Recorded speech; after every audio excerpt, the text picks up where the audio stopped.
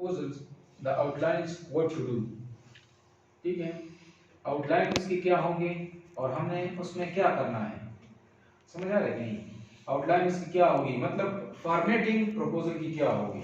तो basically the first 3 chapter of the research is known as research proposal, लेकिन उसके अंदर फिर सब पार्ट्स हैं ना। आउटलाइन क्या होगा, कवर पेज। कवर पेज ये है कि लेट्स सपोज आप ब्रेन्स का मोनोग्राम लगाएंगे, उसमें ब्रेन्स इंस्टीट्यूट लिखेंगे और साथ में अपना नाम और सारा और आपका टाइटल जो टॉपिक आएगा, कवर, उसको कवर पेज कहते हैं। जो फर्स्ट पेज नहीं होता आपकी कॉपी पे जो होती है, मेरे पास अब कॉपी नहीं है, इनके पास तो होगी पूरी कॉपी, तो मैं आपको प्रैक्टिकली वो दिखा देता हूँ। तो कवर पेज का मतलब है कि स्टार्टिंग जो आपके कॉपी के ऊपर लिखते हैं उसको हम कहते हैं। फिर बैकग्राउंड है, बैकग्राउंड ऑफ द स्टडी। फिर प्रॉब्लम स्टेटमेंट है, ऑब्जेक्टिव्स है, मेथोडोलॉजी है, जस्टिफिकेशन, रिलेवेंस और ऑर्गेनाइजेशन ऑफ द स्टडी। ये आउटलाइन है research proposal. If you want to write a research proposal, so there are different stages.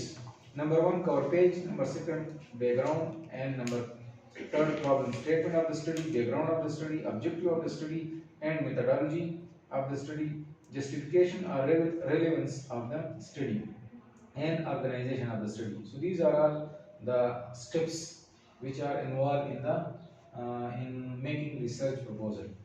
Cover page क्या होगा, cover page के बारे में बता रहे हैं कि इंस्टीट्यूशन की, जो इंस्टीट्यूशन मैंने आपको बता दिया कि किस इंस्टीट्यूशन से आप कर रहे हैं, उसका नाम वगैरह सब कुछ। फिर टाइटल, जो आपका रिसर्च का जो टाइटल है, जो टॉपिक आपने सेलेक्ट किया है, वो आप लिखेंगे कवर पेज के ऊपर। फिर अथर, जो उसका नाम है, जो रिसर्च कर रहा है, जो स्कॉलर है, वो उसका नाम लिखेंगे। फिर है ऑब्जेक्ट। ऑब्जेक्ट का मतलब क्या है, ऑब्जेक्ट में उसका मतलब क्या है? ऑब्जेक्ट ये है कि मोनोग्राम, और उसके बाद फिर आपके पास जो आपका रजिस्ट्रेशन नंबर या रोल नंबर वगैरह, ये सारी चीजें, और फिर उसके नीचे जो है आप डेट लिखेंगे कि इस डेट पे ये कंप्लीट हुआ है। तो ये कवर पेज का भी बता रहे हैं कि कवर पेज में ये चीजें इन्वॉल्व होंगी, सारा डिटेल बता रहे हैं, समझ आ रही कि नहीं? फिर है द टाइटल। सेकंड पेज क्या होगा, सेकंड फिर आप सेकंड पेज पे जाएंगे तो आपके पास title, also known as the topic. This should include concepts. Concepts का मतलब क्या है कि इंट्रोडक्शन आप लिखेंगे, क्या करेंगे, इंट्रोडक्शन लिखेंगे कि ये जो प्रॉब्लम आपने सेलेक्ट किया है, जो टॉपिक आपने सेलेक्ट किया है, उसका कांसेप्ट क्या है, उसका कांसेप्ट क्या है। मतलब आपने इतना स्टडी किया है, डिफरेंट रिसर्च पेपर स्टडी किए, तो आपका कांसेप्ट क्लियर होगा, उस कांसेप्ट को आप लिखेंगे। समझ आ रही कि नहीं, कि लोगों ने क्या किया है और मैं क्या करूंगा, समझ आ रही कि नहीं? तो और फिर क्या है, लिंकेजेस ऑफ द कांसेप्ट्स।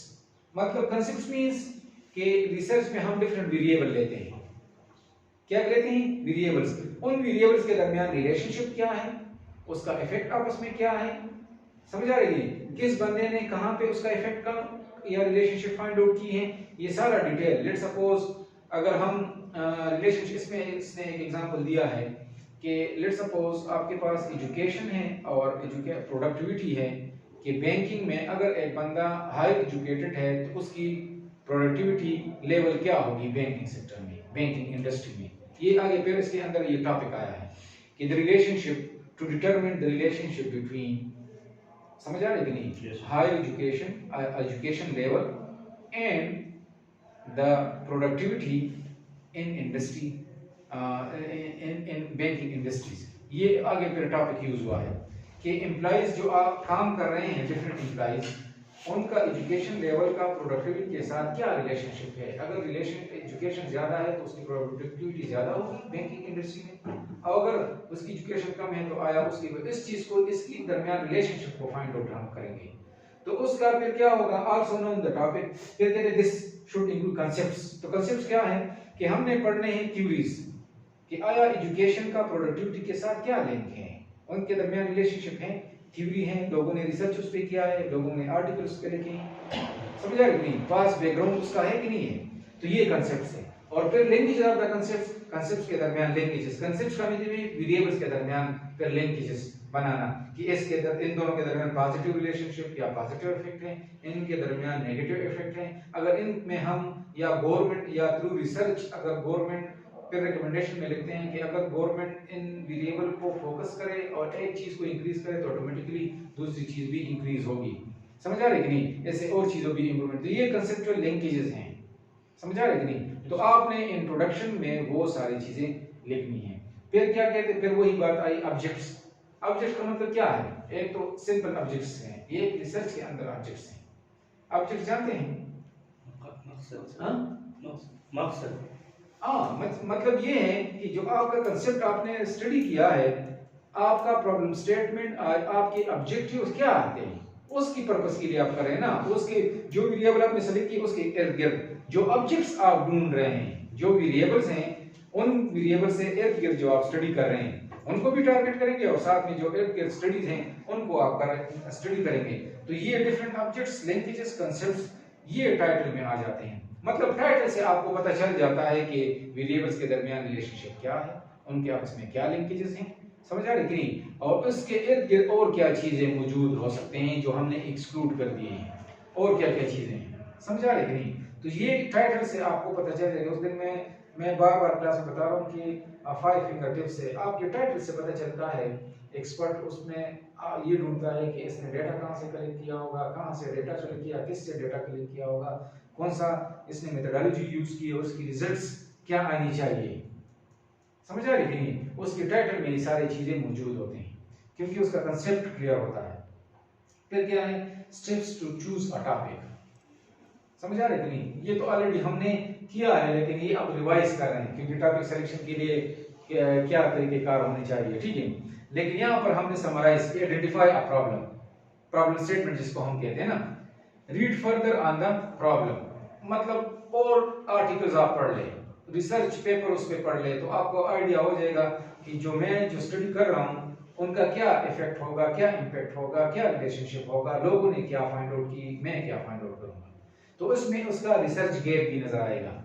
एक चीज हम रिसर्च में कहते हैं रिसर्च गैप, ये बहुत ज्यादा इंपॉर्टेंट है। लोग आपसे पूछते हैं सब क्वेश्चन कि आपने, ठीक है, आपने रिसर्च की, आपने टाइटल सेलेक्ट की, आपने ऑब्जेक्टिव लिख लिया, हाइपोथेसिस आपका ये मेथोडोलॉजी था, ये रिजल्ट आए, what are the gap between those researcher and your research, कि आपके पास गैप क्या है, दरमियान में गैप क्या है, लोगों ने क्या चीज फाइंड आउट की और आपने क्या चीज फाइंड आउट की, तो उनसे डिसिमिलर जो चीजें हैं, मतलब गैप क्या है, जो लोगों ने छोड़ दिए थे उसको मैंने फाइंड आउट कर दिया, उस एंगल को मैंने स्टडी किया, समझ आ रही कि नहीं? तो उसको रिसर्च गैप। तो ये कहते हैं read further on the problem, clearly define the problem, कि मतलब प्रॉब्लम को क्लियरली, प्रॉब्लम स्टेटमेंट नहीं है उसको आप क्लियरली लिखेंगे। रिसर्च में एक चीज यूज होता है प्रॉब्लम स्टेटमेंट, इंट्रोडक्शन चैप्टर में हमने इस पे पढ़ा भी था, और मेरे ख्याल में पेपर में भी क्वेश्चन आया था प्रॉब्लम स्टेटमेंट के बारे में।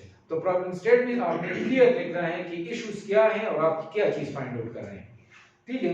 फिर कहते हैं right out the problem statement, ठीक है? आपने ये डिफरेंट प्रॉब्लम्स पढ़ लिए, फिर आपने उस पे मजीद जो है आर्टिकल्स पढ़ लिए उस प्रॉब्लम पे, फिर उसके बाद आपने क्लियरली उसको डिफाइन किया, आपकी कंसेप्ट आपने अपना क्लियर कर दिया, उसके बाद आप लिखेंगे कि now you can able to write a problem statement, a correct problem statement, समझ आ रही है कि नहीं? Which is relevant to the study, समझ आ रही है कि नहीं? ऐसे ना हो कि आप स्टडी एक चीज कर रहे हो और इशू कोई और डिस्कस कर रहे हैं। तो इस तरह इसमें भी आपस में क्या होगी, रिदम या कोरिलेशन होनी चाहिए। Outline your objectives, from here you can now decide on the topic. Assessing the topic, assessing the topic, criteria, availability of literature. अगर आप क्या करना चाहते हैं, टॉपिक को मजीद उसकी इंपॉर्टेंस या उसकी सिग्निफिकेंस आप पढ़ रहे हैं कि टॉपिक की सिग्निफिकेंस क्या है, क्या आपको पता चल जाए कि जो स्टडी मैं कर रहा हूं असेसिंग मींस सिग्निफिकेंस या इंपॉर्टेंस, समझ आ रही है नहीं? उसकी क्या है, आप जो टॉपिक आपने सेलेक्ट कर दिया है उसके लिए क्या क्राइटेरिया है। अवेलेबिलिटी ऑफ लिटरेचर, फर्स्ट ये मैंने आपको क्लास में बताया था कि आप पहले उस पर रिसर्च पेपर स्टडी करें कि लोगों ने काम किया है कि नहीं, रेफरेंस आपके पास है, प्रेसिडेंट मौजूद है, जो स्टडी आप कर रहे हैं तो लोगों ने उस पर काम किया है, समझ आ रही है कि नहीं? विदाउट रेफरेंस तो काम नहीं चलेगा, मैं तो अपनी तरफ से कुछ नहीं लिख सकता क्योंकि पास स्टडी होनी चाहिए। तो क्या होगा, availability of literature, the most important ये जो है कि लिटरेचर उस पे है कि नहीं है। अगर लिटरेचर नहीं है तो फिर आप ब्लैंक हैं, आपका डायरेक्शन का पता नहीं है। लेकिन अगर लिटरेचर है तो फिर आप उस लिटरेचर को, डिफरेंट लिटरेचर मींस डिफरेंट लोगों की रिसर्च, समझ आ रही है? रिसर्च पेपर जब आप उसको पढ़ लेते तो आपको एक क्लियर डायरेक्शन नजर आएगी कि लोगों ने क्या किया है, मैंने उसके दरमियान में एक रास्ता निकालना है, समझ आ रही कि नहीं, कि उसमें स्टडी को कंप्लीट करो। फिर कहते हैं look out for about 20 literature, 20 research paper कम से कम आपने स्टडी करने हैं जो आपके टॉपिक से रिलेटेड हो। Large journal article and research work of students, फिर जर्नल जो पेपर पब्लिश हुए हैं जर्नल में उनको स्टडी करना, या स्टूडेंट्स की रिसर्च को स्टडी करना। उससे भी लाइब्रेरी में जाके आप क्या करते हैं, हमने भी इस तरह किया है कि किसी का अगर जो मेथोडोलॉजी हम यूज करते हैं तो आया उस पर किसने काम किया है, तो लाइब्रेरी में जाके डिफरेंट रिसर्च पढ़ते हैं लोगों की, तो उससे हमें एक आइडिया हो जाएगा। क्योंकि जब मैं बात करूंगा अभी जस्टिफिकेशन करूंगा, तो जस्टिफिकेशन तब होगी जब मेरे पास मैंने लिटरेचर स्टडी की होगा। समझ आ रही है नहीं, मैंने रिसर्च पेपर स्टडी की हो, तो फिर मेरे पास क्या होगा, वो रेफरेंस और वो आएगा, नॉलेज आएगा। ठीक है।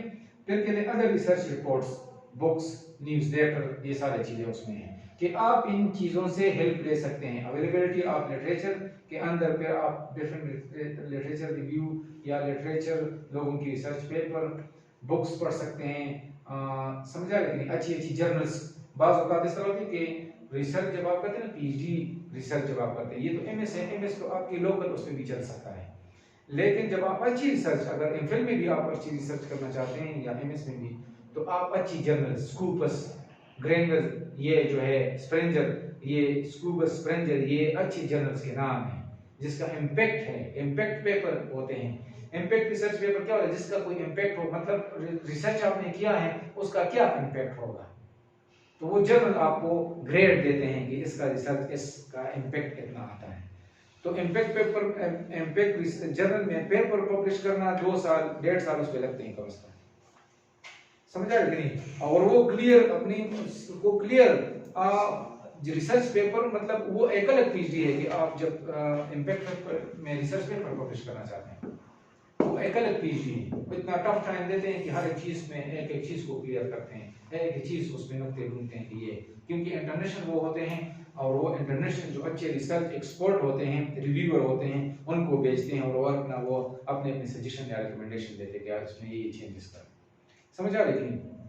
तो ये आपके पास क्या है कि अच्छी जर्नल्स के रिसर्च पेपर्स, आर्टिकल्स पढ़ें, तो इससे आपके पास ये अच्छी रिसर्च, अच्छी जर्नल के रिसर्च पेपर क्यों पढ़ते हैं कि जो इम्पैक्ट फैक्टर में या जो स्कूपस है या स्प्रेंगर जो जर्नल्स हैं, उसमें जो चीजें पब्लिश होती हैं तो वो मयार की होती है, स्टैंडर्ड की होती है, क्वालिटी की रिसर्च होती है। तो जब आप क्वालिटी की रिसर्च आर्टिकल्स पढ़ेंगे तो आपका कंसेप्ट क्लियर होगा, उसने हर एक चीज क्लियर करके, उसमें कोई शक अपनी तरफ से कोई बात नहीं कर सकता, या उसमें डाउट में बात नहीं कर सकता। वो कहते हैं कि आपने ये मेथोडोलॉजी यूज की, ये क्यों नहीं यूज की, ये दूसरी क्यों नहीं, तो आप उसको जस्टिफिकेशन में, आर्गुमेंट से आप उसमें उसको सेटिस्फाई करेंगे उस बंदे को। समझ आ रही कि नहीं। तो वो तो अंग्रेज हैं, वो तो आपको पता है हर एक चीज को, वो तो करेक्ट पाकिस्तान में तो नहीं एक बार साइन करो। तो ये सारी चीजें हैं कि अच्छी जर्नल्स के रिसर्च पेपर आपका आइडिया क्लियर करता है और आपको नई नई चीजें सिखाते हैं, क्योंकि दुनिया में वो नए नए काम करते हैं। यहाँ पे तो हम बार बार वही, मैंने भी उस पर रिसर्च किया, दूसरा बंदे भी उसने रिसर्च किया, इम्पैक्ट फैक्टर उसका कोई नहीं है। वहाँ पे काम नई नई चीजों पे होती है, तो आप ये इंफॉर्मेशन या आपका नॉलेज जो है, नई नई चीजें आप सीखते हैं अच्छे जर्नल्स जो पढ़ेंगे। तो कोशिश करें कि मतलब जब आप लिटरेचर स्टडी करेंगे तो अच्छे रिसर्च पेपर्स, अच्छे जर्नल्स के रिसर्च पेपर्स पढ़ें, उससे आपकी आइडिया या कंसेप्ट मजीद क्लियर होगी। मतलब कमजोर जर्नल्स के आप पढ़ेंगे तो उसमें फिर शक की बात होगी, आधी बात उसने की होगी, तो फिर आपका कंसेप्ट क्लियर नहीं होता कि ये क्या ले रहे हैं अपनी रिसर्च में, इसकी फाइंडिंग्स क्या है। फिर assessing the criteria, availability of data. एक है अवेलेबिलिटी ऑफ लिटरेचर, दूसरा है अवेलेबिलिटी ऑफ डेटा, कि डेटा मौजूद है कि नहीं। जो टॉपिक आप सेलेक्ट आपने कर लिया, वो डेटा उसमें मौजूद है, access to the data, cost of the data, timeline of the access, मतलब कितने टाइम में आप डेटा को कंपाइल करेंगे, उस पर कितना कास्ट आएगा, और उसको कितना डेटा अप्रोचेबल है कि मैं डेटा लोगों से कलेक्ट करूं। समझ आ रही कि नहीं।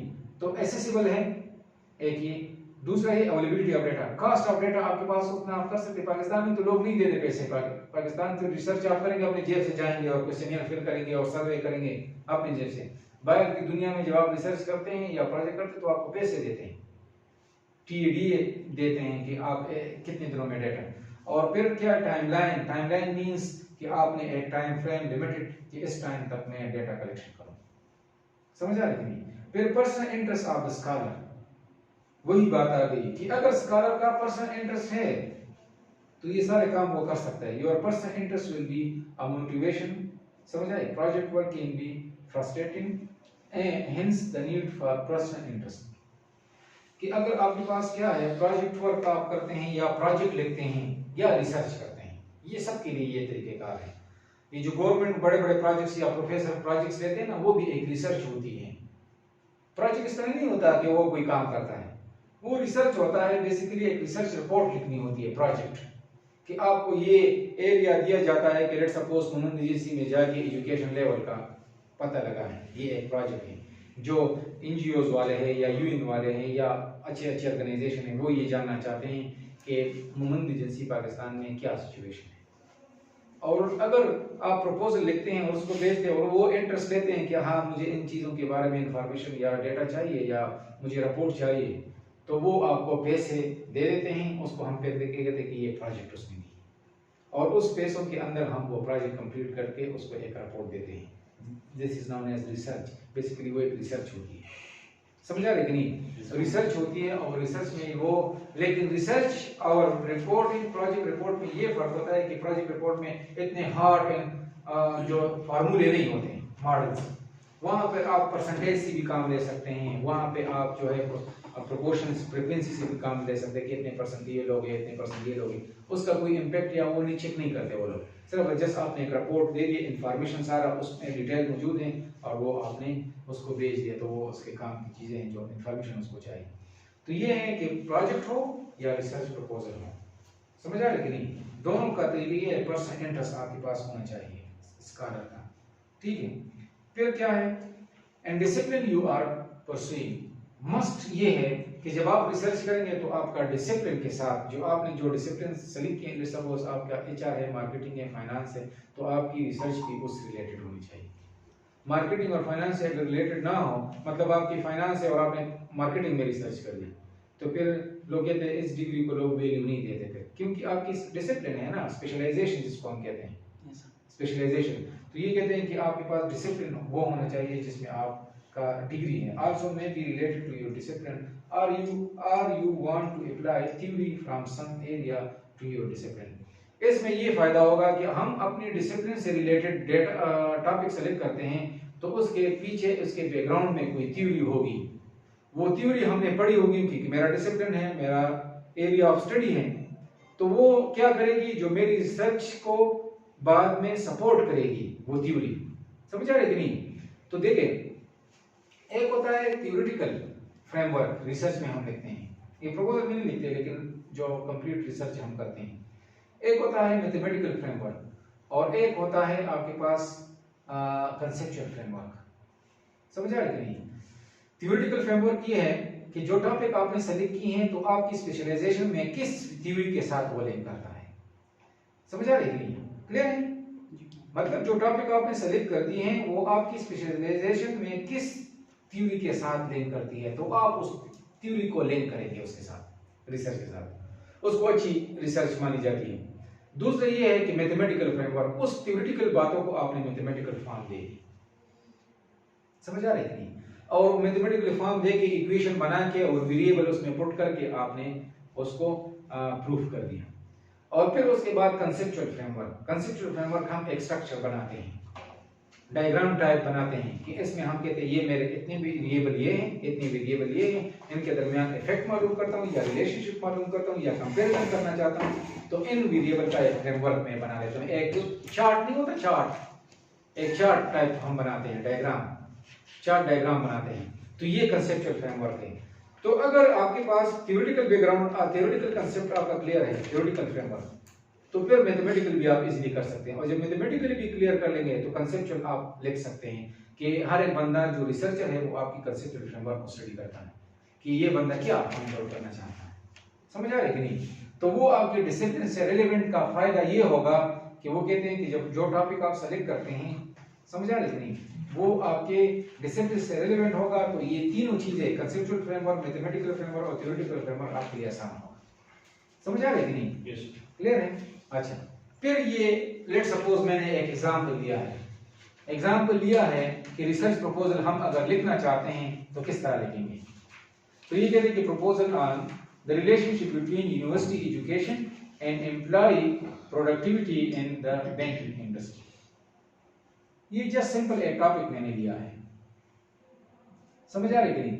ये बंदा जो है ये असल में इसके साथ हमने एक प्रोजेक्ट में काम किया था, तो ये बड़ा यूनिक बंदा है। ये इमानुएल नहीं है, इमानुएल ये जबरदस्त बंदा है, इसकी रिसर्च बुक्स भी हैं। तो इसने हमें एक सैंपल दिया था, तो वो मेरे पास पड़ा था, मैंने कहा आपको मैं शेयर करूं। तो उसने जब हमारी कंप्लीट हो गई पीएचडी, जब हम गए, मैं लिया था 8-10 महीने के लिए, 8-10 महीने हम गुजारे थे। तो इस बंदे के साथ हमारी प्रोजेक्ट थी, हमने इस पे काम किया था। तो उसने हमें ये आइडिया दिया कि किस तरह करेंगे। तो उसने कहा कि लेट्स सपोज एक इंडस्ट्री बैंक है और उसमें बंदा काम कर रहा है और उसकी प्रोडक्टिविटी चेक करना चाहते हैं। तो सिंपल ये सिंपल उसकी रिलेशनशिप फाइंड आउट करते हैं कि वो बंदा एजुकेटेड है तो आया उसकी प्रोडक्टिविटी किस तरह है, मास्टर है तो क्या प्रोडक्टिविटी, एमफिल है तो क्या प्रोडक्टिविटी है, पीएचडी है तो क्या प्रोडक्टिविटी। समझ आ रही कि नहीं। इनके दरमियान हम रिलेशनशिप फाइंड आउट कर रहे हैं, इस पे ये रिसर्च टॉपिक है लेट्स सपोज। समझ आ रही कि नहीं। फिर उसने कहा कि background of the study, background of the study में क्या करना चाहिए, दिस एक्सप्लेन द कांसेप्ट्स। वही मैंने जो स्टार्ट में हमने ये पढ़ा था ना, ये देखिए ये कांसेप्ट्स, स्टार्ट में हमने कांसेप्ट्स पढ़ा था। तो वही बात आ गई कि लेट्स सपोज हम कांसेप्ट्स पढ़ेंगे, explain the concepts. University education एक वेरिएबल है और एम्प्लॉय प्रोडक्टिविटी दूसरा वेरिएबल है। समझ आ रही कि नहीं। तो इन दोनों को हम स्टडी करेंगे कि एजुकेशन यूनिवर्सिटी एजुकेशन का मतलब क्या है।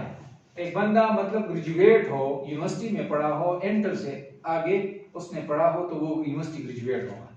तो वो लोग हम लेंगे, समझ आ रही कि नहीं। वो लोग हम लेंगे जो यूनिवर्सिटी ग्रेजुएट हो बैंकिंग सेक्टर में। लेट्स सपोज इसमें इंटरमीडिएट वाला भी है, मैट्रिक वाला, उसके साथ हमारा काम नहीं है। हम डेटा उन यूनिवर्सिटी ग्रेजुएट से लेंगे। एक वेरिएबल ये है।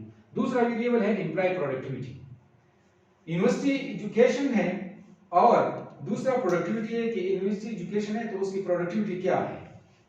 समझ आ रहा है। इन दोनों की रिलेशनशिप, अगर रिलेशनशिप फाइंड आउट जस्ट कर रहे हैं, इफेक्ट फाइंड आउट नहीं कर रहे हैं, हम ये सिर्फ चेक करना चाहते हैं कि अगर यूनिवर्सिटी एजुकेशन है या ज्यादा होती है तो उसकी प्रोडक्टिविटी पे क्या असर पड़ता है, या उनके दरमियान रिलेशनशिप क्या है, आया वो ज्यादा होगी कि कम होगी। समझ आ रही कि नहीं।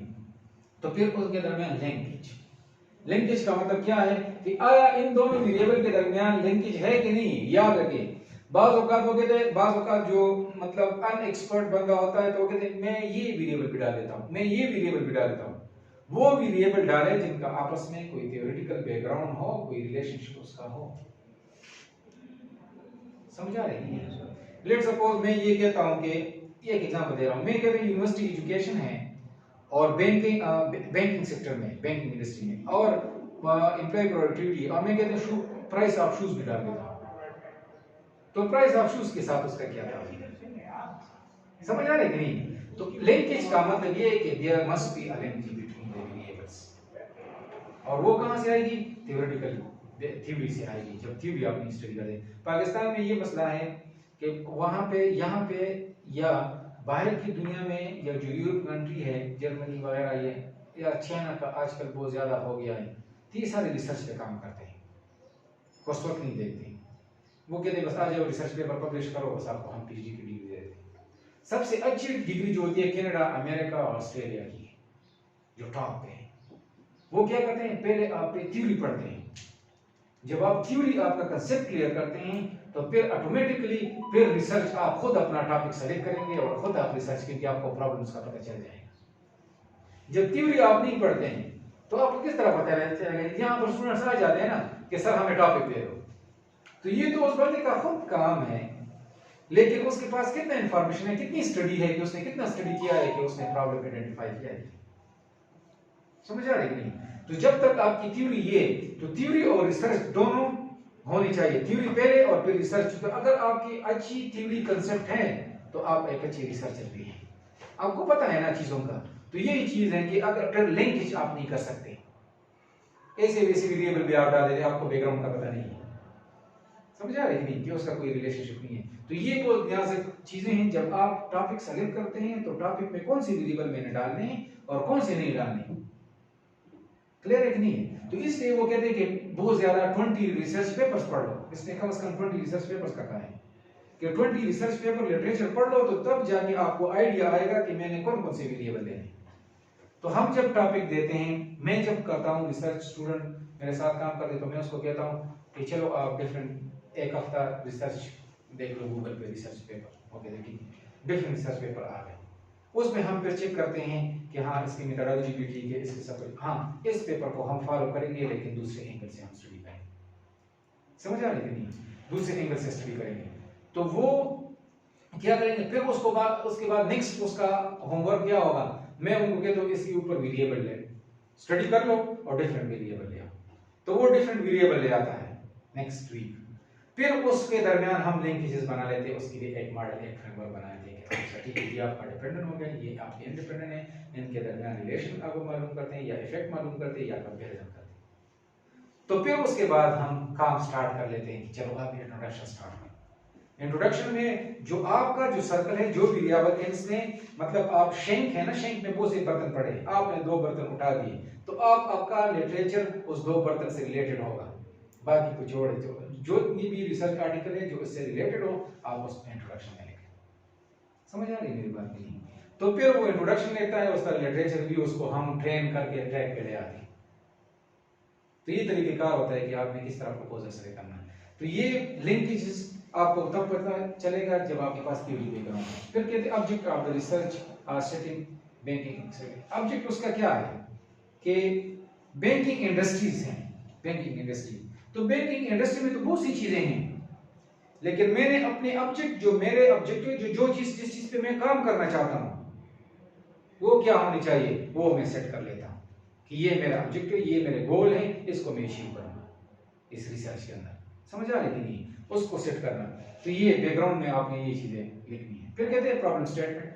अब ये फर्स्ट चैप्टर 1 है, समझ आ रही है कि नहीं। तो क्या होगा, लेट्स सपोज चैप्टर 1 आपके पास टाइटल टॉपिक से, टॉपिक तो आपने टाइटल या टाइटल आपने लिख लिया, समझ आ रही है कि नहीं। फिर इंट्रोडक्शन है ना, इंट्रोडक्शन में आपके पास दिस इज चैप्टर 1 और उसमें फिर हम लिखते हैं 1.1 बैकग्राउंड ऑफ द स्टडी,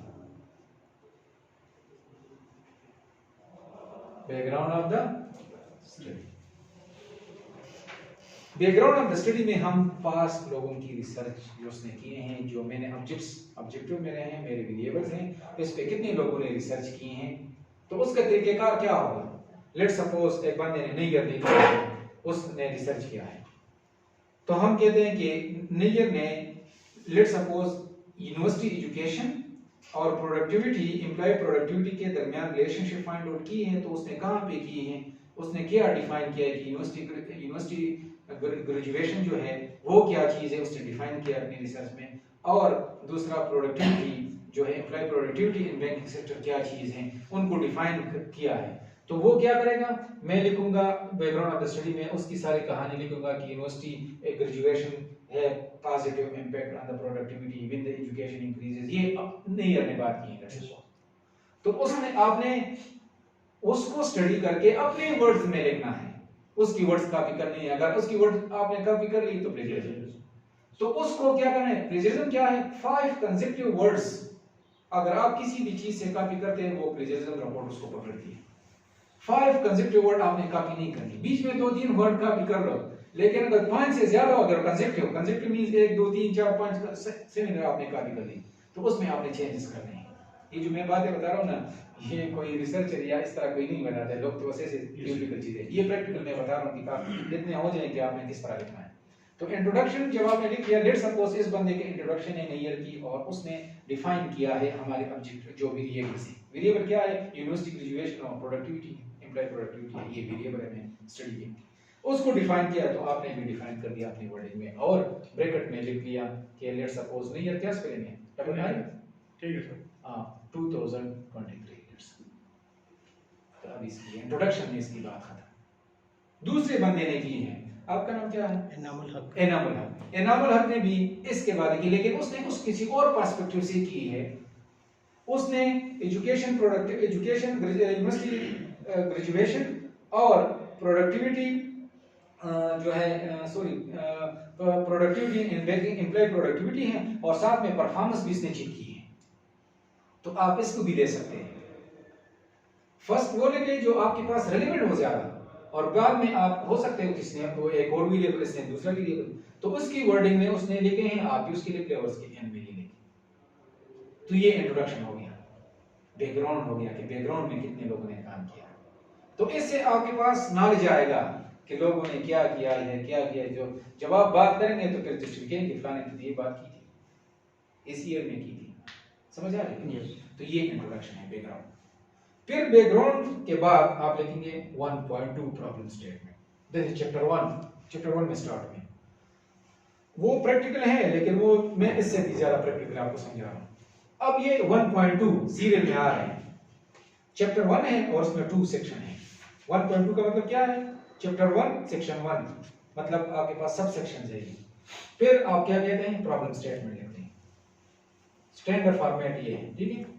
आप पता नहीं कि अब ब्रेंच का फॉर्मेट होगा, लेकिन स्टैंडर्ड ये। प्रॉब्लम स्टेटमेंट क्या है? वो प्रॉब्लम्स जो आपको आया है कि लेट्स सपोज कौन सी बैंकिंग, पाकिस्तान के अंदर बैंकिंग सेक्टर के अंदर ये मसला है, ये इशू आया है और हमारी बैंकिंग का परफॉर्मेंस सही तरीके से नहीं हो रही, तो हम ये चेक करना चाहते हैं कि यूनिवर्सिटी की ग्रेजुएट्स अगर हम बैंक में ज्यादा से ज्यादा हायर करें तो उसकी प्रोडक्टिविटी में इंक्रीज आ सकती है। ये एक इशू है जो पाकिस्तान में प्रॉब्लम आया है। इस प्रॉब्लम को हम लिखेंगे तो सारा प्रॉब्लम आप लिखेंगे, इश्यूज लिखेंगे कि ये टॉपिक मैंने क्यों सेलेक्ट किया है, ये टॉपिक मैंने क्यों सेलेक्ट किया है, आप उसको लेते हैं। क्लियर है कि नहीं?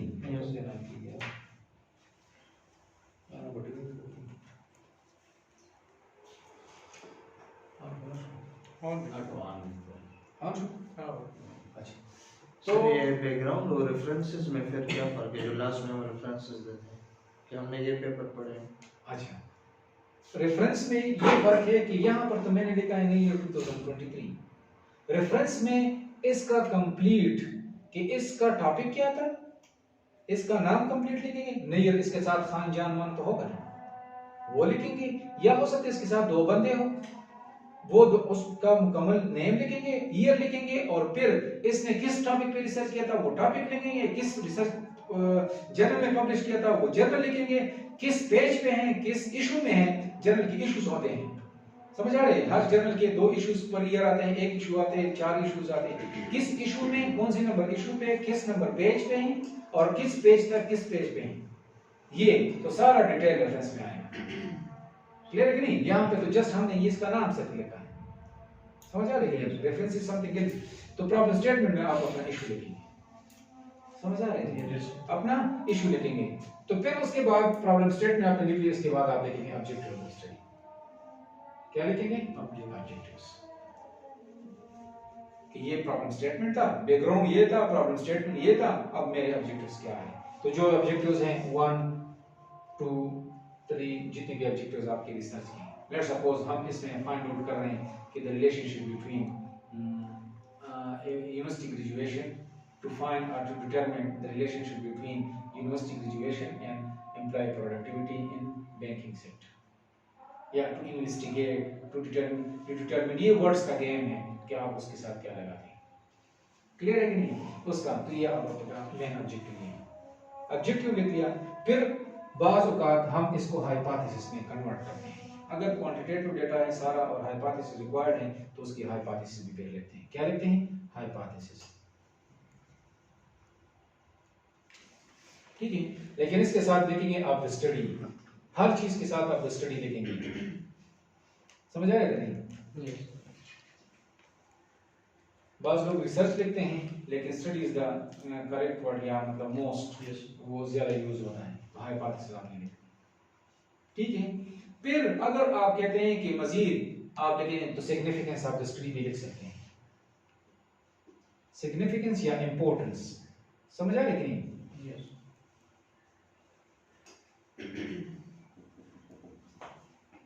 समझ आ रही कि नहीं? तो इस रिसर्च का क्या इंपॉर्टेंस है अगर हम करते हैं उस खास स्पेसिफिक एरिया में, बैंकिंग इंडस्ट्री में उसका क्या है, तो ये आपके पास चैप्टर नंबर 1 कंप्लीट हो।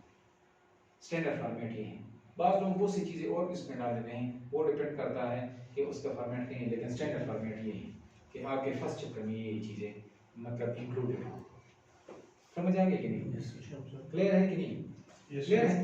फिर आप लिखेंगे चैप्टर नंबर 2 लिटरेचर रिव्यू या रिव्यू ऑफ लिटरेचर।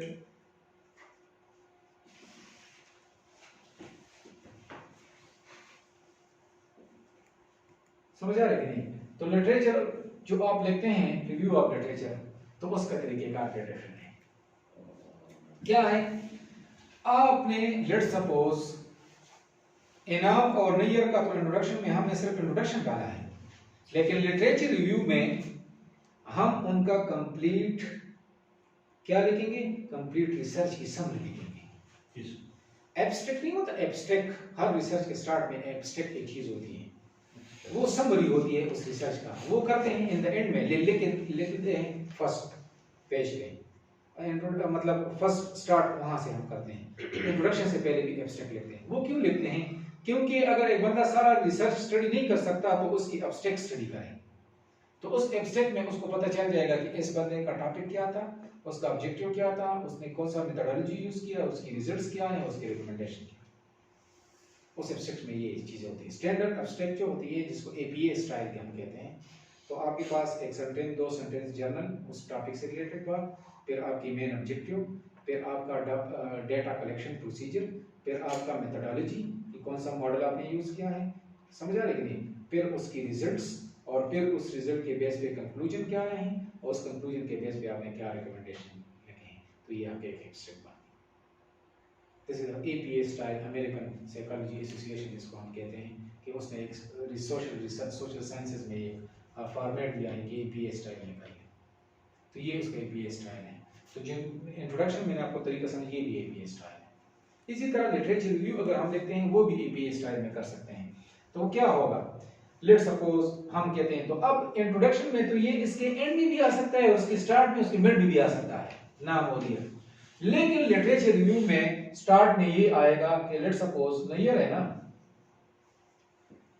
और उसके साथ लेट सपोज नियाज भी है, तो एंड नियाज 2023। समझ आ गई कि नहीं? फिर हम लिखेंगे कि एस्टिमेटेड और हाईलाइटेड, या टॉपिक उसका लिखेंगे कि उसने जो टॉपिक लिखा स्टार्टिंग की। फिर उसके बाद उसके टॉपिक में ऑब्जेक्टिव क्या थे, फिर उसकी उसकी मेथोडोलॉजी क्या थी। ये अब एक बंदे की बात मैं कर रहा हूं, समझ आ रहे कि नहीं? फिर उसकी रिजल्ट्स क्या आए थे, और फिर उसकी रिकमेंडेशन, कंक्लूजन।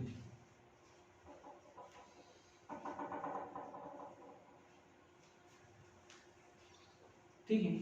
अब वो एब्स्ट्रैक्ट बेसिकली डिफरेंट लोगों का रिसर्च पेपर के एब्स्ट्रैक्ट पढ़ लें, और वो आप उसको अपनी वर्डिंग में लिख लेते हैं, यहां पर लिख सकते हैं, लेकिन फॉर्मेट ये होगा एपीए स्टाइल।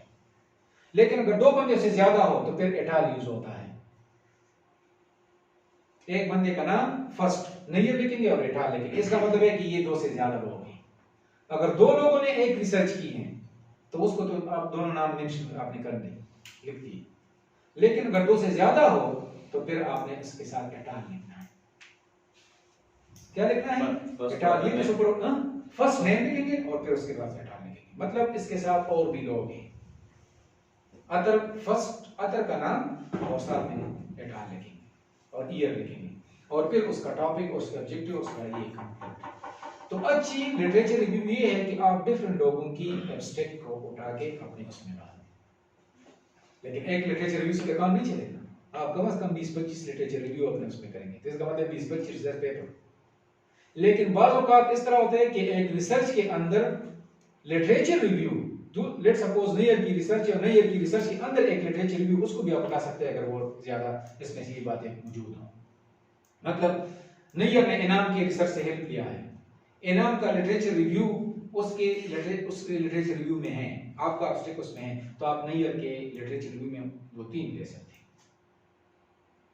समझ आ रही है? तो ये भी तरीकेकार है, लेकिन ये फॉर्मेट इस तरह होगा।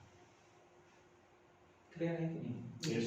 समझ आ रही है कि नहीं? Yes. तो बस लिटरेचर रिव्यू में और सेक्शन नहीं है। हाँ, सेक्शन आप कर सकते हैं कि इन पाकिस्तान में क्या, इस पे कितना रिसर्च हुआ है, पाकिस्तान में कितने लोगों ने क्या किया है, तो बोले कि इन फॉरेन कंट्रीज इस दो उसमें तकसीम कर सकते हैं। अगर नहीं कर सकते तो आप डायरेक्ट भी लिख सकते हैं, कोई इशू नहीं है। लेकिन एंड में फिर आप क्या करेंगे, summary of the literature review लिखेंगे कि मैंने 10 15 20 लोगों की रिसर्च स्टडी कर दी, उससे समरी क्या है, क्या कॉमन बात है उसमें डिस्कस की। समझ आ रही कि नहीं, कौन सा कॉमन मेथोडोलॉजी अप्लाई हुआ है, कौन सी कॉमन ऑब्जेक्टिव्स हैं, कौन सी कॉमन वेरिएबल्स हैं, वो सारे उसकी समरी आप करेंगे। तो फिर क्या होगा, अगर सारे लिटरेचर रिव्यू एक बंदा नहीं स्टडी कर सकता तो उसकी समरी पढ़ ली, तो उसको आइडिया क्लियर हो जाएगा कि ये क्या करना चाहते हैं। जी सर ज़रा अगर ज़माना से मिसयूज हो क्या ये जो आपने लिखी है मल्टी उसने और उसके न्यास की, इसमें हाँ। पहले ऑब्जेक्टिव होगा, ये दूसरा क्या है सर? पहले टॉपिक होगा, टॉपिक और फिर ऑब्जेक्टिव्स हैं, फिर मेथोडोलॉजी है, फिर रिजल्ट्स हैं, और फिर ये इस सीक्वेंस में जाएंगे। मतलब एक बंदे की कंप्लीट रिसर्च। जी सर आपने कहा कि बंदे एक रिसर्च के लिए कम से कम 20 रिव्यू लिटरेचर रिव्यू करना चाहिए। तो अब अगर बंदे ने 20 रिव्यू किए और वो सारे उस टॉपिक के साथ मैच करते हैं, तो वो जो उसकी समरी होगी, जो रिव्यू ऑफ लिटरेचर, वो 20 के 20 का मैं उसमें लिखूंगा। सेम हो, लेकिन नेम और दो डिफरेंट है, नेम एरिया डिफरेंट होगा। एक बंदे ने चारसदा में किया होगा, एक ने लाहौर में किया होगा, एक ने बांग्लादेश में किया होगा, किसी ने इंडिया में किया होगा। ठीक है, तो हम लिख सकते हैं। हाँ लिख सकते हैं। उसकी मेथोडोलॉजी में थोड़ी बहुत फर्क होगी, जरूरी नहीं है कि सेम मेथोडोलॉजी। समझ आ रही है कि नहीं, फॉरेन के जो लोग हैं वो ज्यादा टैलेंटेड है, वो ज्यादा एडवांस मॉडल और ये अप्लाई करते हैं। समझ आ रहे हैं, पाकिस्तान में तो कोई रिसर्च यूनिवर्सिटी है नहीं, तो कोई चेक करने वाला तो है नहीं, बस लगे हुए हैं रिसर्च कर रहे हैं। लेकिन प्रॉपर जो रिसर्च एक्सपर्ट होता है, जितना मेरी नॉलेज है कि आपके पास क्या हो, जितनी भी आपसे आपके रिसर्च से जितनी भी रिलेवेंट मटेरियल हो उसमें आप लिख सकते हैं, उस पर कोई वो नहीं है, उससे आपका वॉल्यूम बढ़ेगा। और उससे ये फायदा होगा कि मतलब आपका वॉल्यूम आपके ज्यादा 20 रिसर्च पेपर तो उसने सजेस्ट किए हैं इस लेक्चर में, इससे ज्यादा भी आप पढ़ सकते हैं। बाज लोग क्या करते हैं, एक पेपर से उसको समझ आ जाता है। अब मेरे 2 फीमेल स्टूडेंट्स हैं, उसको मैंने दिए हैं टॉपिक्स, एक पेपर हमने देख लिया, उसको मुझे आइडिया हो गया कि मैंने क्या करना है। ठीक है, लेकिन हेल्प तो आप एक रिसर्च पेपर से नहीं ले सकते कि एक सारे पेपर को आप कॉपी कर लें। रिसर्च का मतलब है कि प्लेजरिज्म क्या है, copy of one person, the research of single person, the copy of the single person research is known as plagiarism, and the copy of 100 people research is known as research. जब 100 लोगों का research को आप copy करते हैं वो research है, और एक बंदे को आप कॉपी करते हैं तो वो प्लेजरिज्म है। समझ आ रही है कि नहीं? तो ये लिटरेचर रिव्यू सेकंड चैप्टर हो गया, ये प्रपोजल है, रिसर्च प्रपोजल। फिर थर्ड क्या है, मेथोडोलॉजी है। इसको हम रिसर्च मेथोडोलॉजी भी कहते हैं। ठीक है, रिसर्च मेथोडोलॉजी भी कहते हैं, और मेथोडोलॉजी भी लोग कहते हैं research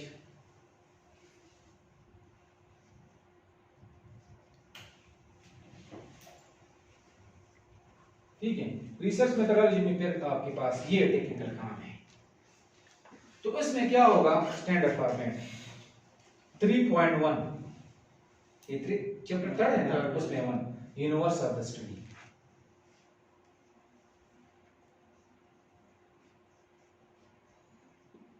universe of the study क्या है कि आपने किस एरिया से डेटा कलेक्ट किया। लेट्स सपोज सारा पेशावर जो है मेरा यूनिवर्स है, पेशावर में मैंने तात्काल सेलेक्ट कर दिया, दिस इज माय सैंपल।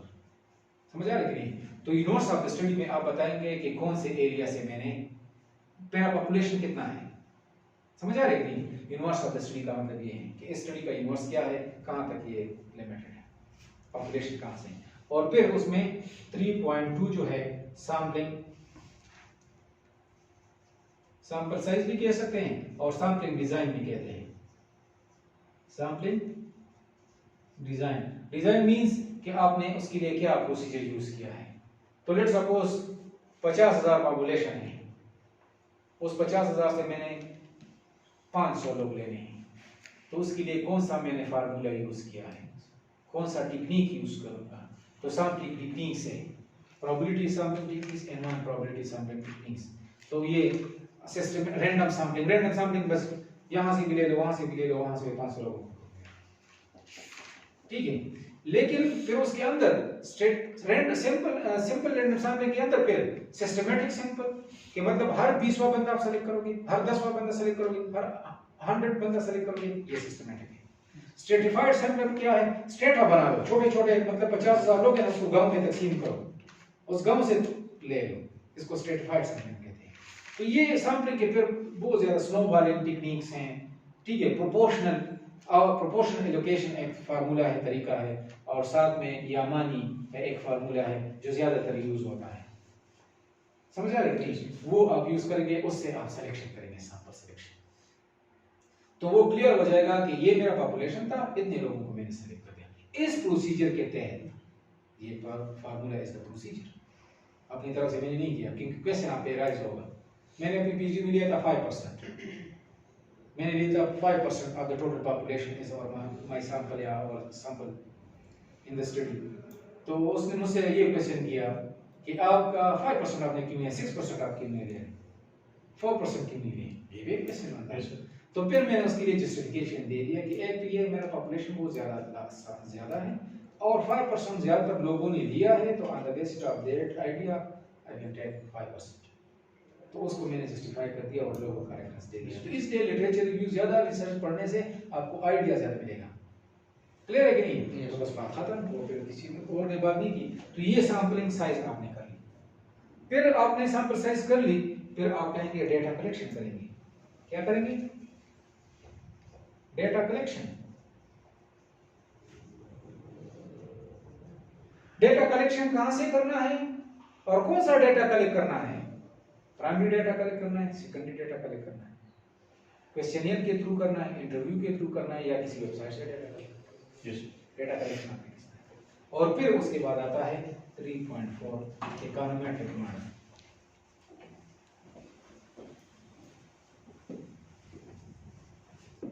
फिर इकोनोमेट्रिक मॉडल आ जाता है कि आपने डेटा भी सैंपलिंग भी डिजाइन कर लिया, ठीक है, आपने डेटा कलेक्शन भी कर लिया, अब इसको किसके थ्रू रन करोगे, किसके थ्रू ये रिजल्ट फाइंड आउट करोगे। तो फिर आप मॉडल सजेस्ट करेंगे, एप्रोप्रिएट मॉडल जो आपकी स्टडी के लिए यूज होता है। रिग्रेशन यूज करेंगे, कोरिलेशन यूज करेंगे, एक टाइम सीरीज डेटा है तो उसके लिए अपने मॉडल्स हैं, तो वो मॉडल आप करेंगे। वो भी कहां से आपको आइडिया आएगा? जब आपने डिफरेंट रिसर्च पेपर स्टडी किए ना, तो लोगों ने कौन कौन सा मॉडल यूज किया है, समझ आ रही है कि नहीं? तो इससे भी आपको आइडिया हो जाएगा। तो ये these 3 chapters are the research proposal, और साथ में हम लिखते हैं रेफरेंसेस या लिटरेचर साइटेड, इसके दो नाम हैं, या लिटरेचर साइटेड। ये क्या होगा? एंड में जो काम उसने, जो बातें आपने डिस्कस किए हैं, कहां से लिए, उसका रेफरेंस आप एंड में देंगे। क्लियर है कि नहीं? क्लियर है? तो वो रेफरेंस और लिटरेचर साइट आप लेंगे। ये चैप्टर में नहीं आता, समझ आ रही है कि नहीं? ये इस तरह लिखते हैं। एक होते हैं अपेंडिक्स, भी एक चीज होती है, जब डेटा हम रन करते हैं तो उस डेटा के ओरिजिनल डेटा हम अपने अपेंडिक्स में दे देते हैं, ये मेरा डेटा है, कि रिसर्च देखिए ये डेटा इसने कहां से लिया। क्लियर है कि नहीं? तो ये आपने एंड में दे दिया। तो this 3 chapter is research proposal या सिनॉप्सिस उसको कहते हैं। अगर इसके साथ हम चौथा चैप्टर इंक्लूड करें जिसको रिजल्ट एंड डिस्कशन कहते हैं, कि इस इकोनोमेट्रिक मॉडल से जो रिजल्ट आए हैं तो टेबल हम बनाएंगे और उसका इंटरप्रिटेशन करेंगे, एक्सप्लेनेशन करेंगे, और फिर चैप्टर नंबर 5 लिखेंगे कंक्लूजन उसकी और रिकमेंडेशन। तो ये 2 चैप्टर मजीद एंड करें तो ये complete research. So there are 5 chapters in research, excluded references or literature cited, वो चैप्टर में नहीं है। सर ये रेफरेंस में हम डेटा भी मतलब शो करते हैं, जो सेकेंडरी डेटा हम लेते हैं उसका रेफरेंस भी? नो, सिंपल आप लिखेंगे कि किस बंदे ने किया है। मैं आपको एक दे देता हूँ, तो ये तो मैं आपको तरीका समझा देता हूँ कि किस तरह करना है, ठीक है? एक रिसर्च आपको यहाँ पे शो करता हूँ कि क्या करना है। तो इसमें ये सारी जो बातें हमने की है ना, ये सारे इसमें मौजूद हैं, मैं लेकिन प्रैक्टिकली आपको समझा दिया। सर सैंपल साइज के लिए कोई वो नहीं है, कोई स्टैंडर्ड वो नहीं है कि मैं 5% लूँ, 10% लूँ, कोई स्टैंडर्ड वो नहीं है सैंपल के सैंपल के लिए। नहीं, सैंपल के लिए ज्यादातर फार्मूला यूज होता है। फार्मूला यूज करोगे ना तो फिर किसी का क्वेश्चन नहीं होगा, कोई शक नहीं होगा, बस फार्मूला है ना, माँ को तकल ज़रा नहीं पड़े, फार्मूले द आंसर है। और उस फार्मूले में फिर इस तरह कर सकते हैं कि लेट सपोज उस फार्मूले से 84.4 आ गया, तो आपने राउंडिंग करने 84 सैंपल देने, अगर 84.5 आ गया तो आपने 85 कर लेने, ये आपने राउंडिंग कर करना है, ठीक है। ये हो सकता है। पॉइंट यूज नहीं करेंगे सर, पॉइंट यूज करने नहीं करेंगे, 0.4 या 0.5 नहीं, जिससे अच्छा होता है। हाँ वो क्योंकि आप किस तरह सैंपल एक्सपोनेंट लेंगे तो नीम साड़ी वाला कब देना होगा, कंप्लीट आप लेंगे ना, उसका मतलब सैंपल एक्सपोनेंट या हाउस होल्ड या कहां से डेटा आप कलेक्ट करोगे। सर चैप्टर नंबर 4, लेकिन ये प्राइमरी डेटा या क्रॉस डेटा में ये होता है जो आप क्वेश्चनर के थ्रू डेटा, सेकेंडरी डेटा में फिर सैंपल की जरूरत नहीं, सैंपल आप देखेंगे कि इस हाल से मैंने इस साल तक डेटा ले लिया, बस उसके लिए कोई फार्मूले की जरूरत नहीं है। सर क्वालिटेटिव में तो हम सैंपल साइज नहीं लेंगे सर, क्वालिटेटिव सब रिसर्च अगर हम करते हैं उसमें भी लेंगे, उसमें भी लेंगे। हाँ। अब डिस्क्रिप्टिव जो आप करेंगे ना, डिस्क्रिप्टिव रिसर्च, तो वो तो कोई रिसर्च नहीं होती ना, डिस्क्रिप्टिव के लोग उसको रिसर्च नहीं कहते हैं। आप अगर अच्छी रिसर्च है तो आपने खामखा कोई फार्मूला मॉडल उसमें यूज करना है। ये तो नहीं लिखना है ना कि इतने मैंने स्टडी कर दिया और जाके मैंने लोगों से पूछा इतने परसेंट ये लोग आ गए, इतने परसेंट ये लोग आ गए, या इतनी फ्रीक्वेंसी या इतनी परसेंट या इतना एवरेज आ गया, तो ये तो रिसर्च नहीं है ना। रिसर्च ये है कि कोई इम्पैक्ट हो, कोई इफेक्ट हो, कोई कंपैरिजन हो, कोई ऐसी चीजें हो ना कि आपकी रिसर्च का कोई फायदा हो, ठीक है। ये तो सिंपल बात है, ये तो कोई भी कर सकता है। एक तो एक मैट्रिकुलर या एक बीए वाले भी जाके डेटा कलेक्ट कर लेते हो, लिखता है कि ये परसेंट हो बात का, लेकिन वो रिसर्च नहीं है, समझा लेकिन नहीं। उसको हम डिस्क्रिप्टिव कहते हैं, डिस्क्रिप्टिव स्टडी, कि वो अब बंदा अपनी उसके लिए कर सकता है, अदरवाइज वो रिसर्च नहीं। रिसर्च ये है, और जब आप की रिसर्च जब बाहर जाएगी या मतलब आप उससे पेपर पब्लिश करेंगे, जब तक उसमें कोई मेथोडोलॉजी या मॉडल नहीं होगा वो एक्सेप्ट नहीं करते उसको। क्वालिटेटिव रिसर्च वो लोग करते हैं, उर्दू वाले हो गए, पश्तो वाले हो गए, कि वो कहानी लिखते हैं, ठीक है, उनके उसमें चलता है, लेकिन हमारे उसमें नहीं। क्लियर है? अच्छा, अब ये एक economic analysis of mess crop and district Swabi है, एक रिसर्च पेपर है, रिसर्च हमने उससे पेपर बनाया है, लेकिन ये नहीं, इतना वो नहीं है, ये तो मैंने जस्ट आपको एक दे दिया। देखिए इंट्रोडक्शन में रेफरेंसेस आप देखना चाहते हैं ना, रेफरेंसेस से क्वेश्चन आ गया, ये जी तो रेफरेंसेस आप चेक कर लें। देखिए अब ये लिटरेचर रिव्यू है, परवीन एट आल 2016, ये इसका literature conducted analysis of growing tomato, अब इसे मिस हुए कि क्या है, ओपन फील्ड एंड, ये अब रफ शेप में मेरे पास एक बंदे ने भेजा है, इसको मैंने चेक नहीं किया, ये रिसर्च पेपर है, इसको हम पब्लिश करने के लिए तो किसी जर्नल भेजेंगे, लेकिन मैंने चेक नहीं किया। द मेन देखिए, अब मैंने आपको क्या बताया कि लिटरेचर रिव्यू में क्या होता है, टॉपिक उसने ये लिखा है, फिर उसके the main objective to make the comparison of growing tomato beneath, ये बीनीथ है, ठीक है, ये बीनीथ इसमें, ये beneath, open field and poly house. Arrangement and interview were done during this year in order to collect primary data through special design schedule to make comparison, contrast and interpretation tools like averages and percentages were applied. The result indicated that the poly issues cost and return were higher than open field cultivation. ये उसका result आ गया। The poly house cost देखिए, फिर आखिर में उसने so the conclusion showed us that the poly house great significance in the higher yield of tomato. समझ आया कि नहीं? ये उसका एक लिटरेचर रिव्यू है। उस अब परवीन एटाल को देखें, इसकी रेफरेंस में जाके हम देखते हैं, इसकी कंक्लूजन आ गया, ये इसकी रिसर्च मेथोडोलॉजी, वो लिटरेचर मैंने आपको समरी बताई थी ना, ये उसकी कंक्लूजन है कि जितने भी रिसर्च उसने किया है ना, जितना भी, तो उसकी कंक्लूजन उसने एक पैराग्राफ में लिखा है कि कितनी लिटरेचर रिव्यू मैंने स्टडी की, कितने लोगों की रिसर्च, तो उसने शॉर्टकट लिखा है कि बस अगर कोई सारा लिटरेचर नहीं पढ़ता तो ये पढ़ ले। Research methodology, universe of the study, देखे universe of the study, sampling design and sample size, सही है कि नहीं? ये रैंडमली मैंने उठाया है, फिर उसने ये तरीका बता दिया है कि ये तहसील सवाबी है, फिर तैयब तो तलीय और पत्नी क्या, ये गांव है, 75 लोग उसने स्टडी किए हैं, लेकिन किस बेस पे किए हैं, इसमें उसने डिस्कस किया होगा। consists of 26 districts. Awabi district was purposely selected in the initial stage. The districts Awabi 4 tehsil, namely Da, was purposely selected for the study. From Tehsil Sawabi, 3 villages, namely Da, purposely selected. Generally, a big sample size gave more suitable result, but strategy of time and financial resources, 75 sample size up. अब इसने तरीका नहीं बताया है. अब उससे मैं पूछूंगा कि ये के 75 किस बेस पे गए हैं, परसेंट के बेस पे 2% लिए, 3% लिए.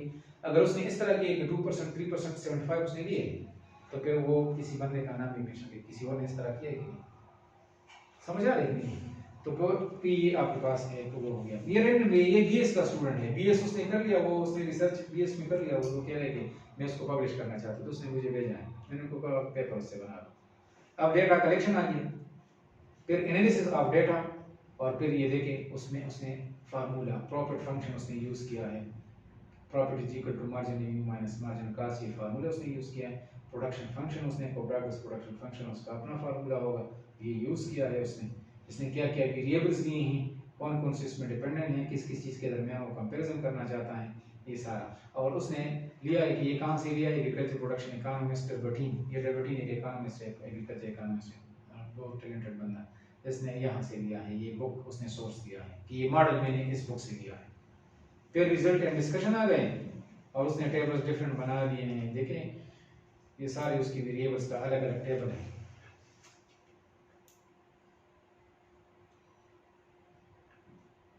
देखें ये सारा डिस्ट्रीब्यूशन, ये सारा सब कुछ है. थोड़ा आगे regression, results of regression model उसने यूज किया है. ठीक है, तो ये इसका मेन मॉडल है. उसके सारे रिजल्ट, क्योंकि अलग टॉपिक है तो आपको इतना समझ नहीं आएगा, लेकिन ये देखिए chapter number 5 summary conclusion and recommendation.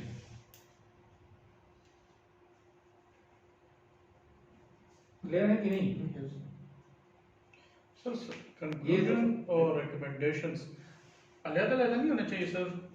इसके कंक्लूजन का तो मुझे प्रेफरेंस नहीं वर्क है, जिसके पीछे हम आ रहे थे रेफरेंस नहीं दी. चलो किसी और पेपर से, ये पेपर है मेरे पास.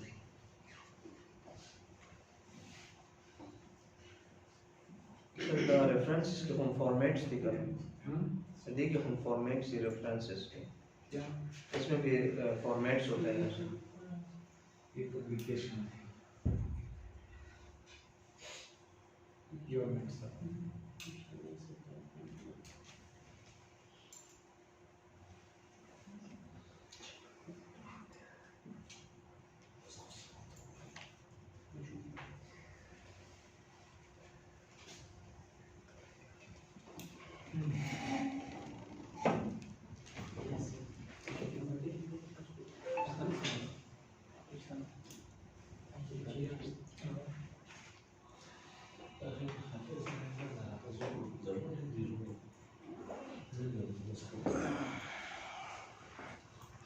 रेफरेंस को देखें. लेट्स सपोज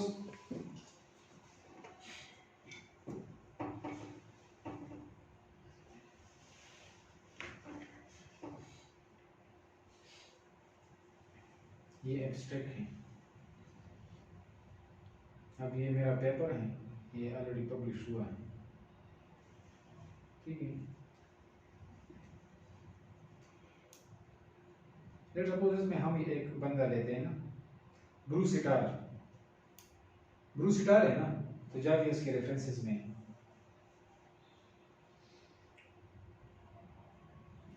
बी में होगा, ये अल्फाबेट वाइज होगा, ए पहले बी. ये ब्रूस इटार नहीं है, 2002 है ना, ये गुजर गई. ये ब्रूस, और एन उसका एक दूसरा नाम भी है जिसका एन पहला वर्ड है, और इटाल है ना, ये दूसरा बंदा, ये तीसरा बंदा, ये तीन बंदे हैं. समझ आ रहे कि नहीं? 3 बंदे हैं, और 2002 में द हेल्थ इफेक्ट ऑफ, ये उसका टॉपिक हो गया, कंट्री वर्ल्ड हेल्थ ऑर्गेनाइजेशन. और ये उसने जो जहां जिस जर्नल में पब्लिश किया है ना, उसने ये दिया है कि इस पे आप क्लिक करोगे तो आपको ऑटोमेटिकली आ जाएगा इसका पेपर. समझ आ रही कि नहीं? दूसरे बंदे को देखें, ये तो किसी किताब में उसने किताब से लिया है. ये एक और को यहाँ पर मुइन एक बंदा है मुइन, उसका ये ये मेमन है, मुइन का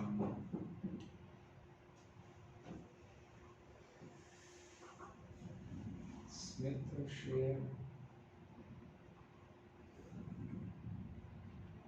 अच्छा, इस मेमन को देखें, ये भी कितने लोग हैं, ये 1 2 3 चार लोग हैं। 2014 analysis of the power generation sources in Pakistan publish in May 2014 conference paper ResearchGate. ये कॉन्फ्रेंस पेपर से उसने लिया है, समझ आ रही है, किसी जगह से नहीं, कॉन्फ्रेंसेस नहीं होते रिसर्च उसमें पब्लिश करते हैं, तो उसने ये दिया है। इस पर क्लिक करोगे सारा आपके पास आ जाएगा। तो रेफरेंस हम इस तरह लेते हैं, ठीक है। और क्या क्वेश्चन है? मेरा